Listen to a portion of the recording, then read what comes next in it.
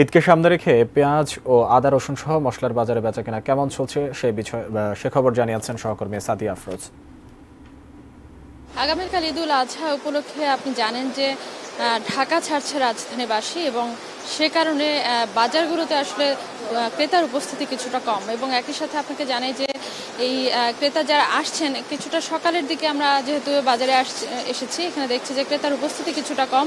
বিক্রেতারা বলছেন যে ক্রেতার উপস্থিতি হয়তো বেলা গড়ালে আর কিছুটা বাড়বে, তবে যেহেতু আগামীকাল ঈদ আজকেই একেবারে বিক্রি যে খুব বেশি হবে তেমনটা নয়। আজকে ক্রেতার সমাগম তুলনামূলকভাবে কিছুটা কমই থাকে, বিশেষ করে ঈদুল আজহার ক্ষেত্রে এমনটি ঘটে, কারণ যারা কেনাকাটা করেন তারা অন্তত ঈদের 2-4 দিন আগেই কিনে ফেলার চেষ্টাটি করেন। ঈদুল আজহা যেহেতু কুরবানির ঈদ, তাই এই ঈদে সবচেয়ে বেশি চাহিদা থাকে মশলার এবং মশলা জাতীয় যেগুলো পণ্য রয়েছে পেঁয়াজ, আদা, রসুন এবং অন্যান্য যে মশলা সেগুলোর চাহিদা সবচেয়ে বেশি থাকে।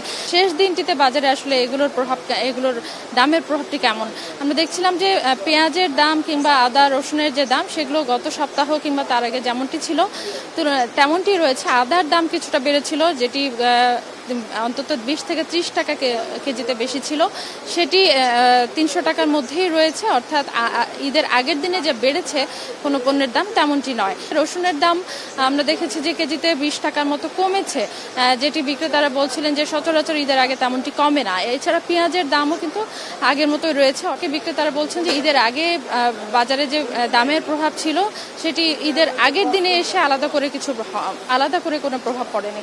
এবং মশলার বাজারের ক্ষেত্রে আমরা দেখেছি যে জিরা কিংবা অন্যান্য যে এলাচের দামগুলো সেগুলো আগের মতোই রয়েছে এবং সেই দামেই আসলে ক্রেতারা কিনতে পারছেন, নতুন করে এগুলোর দাম আলাদা করে বাড়েনি। এবং বিক্রেতারা বলছেন যে ঈদের আগের দিনে এই ক্রেতা সমাগম কম হলেও আজকের দিনটিতেই তাদের শেষ দিন, যারা যে এই ব্যবসার কাজটি করার এবং আজকে বিক্রি শেষ করে আসলে তারাও বাড়ি ফিরবেন সেই চেষ্টাটি তারা করবেন।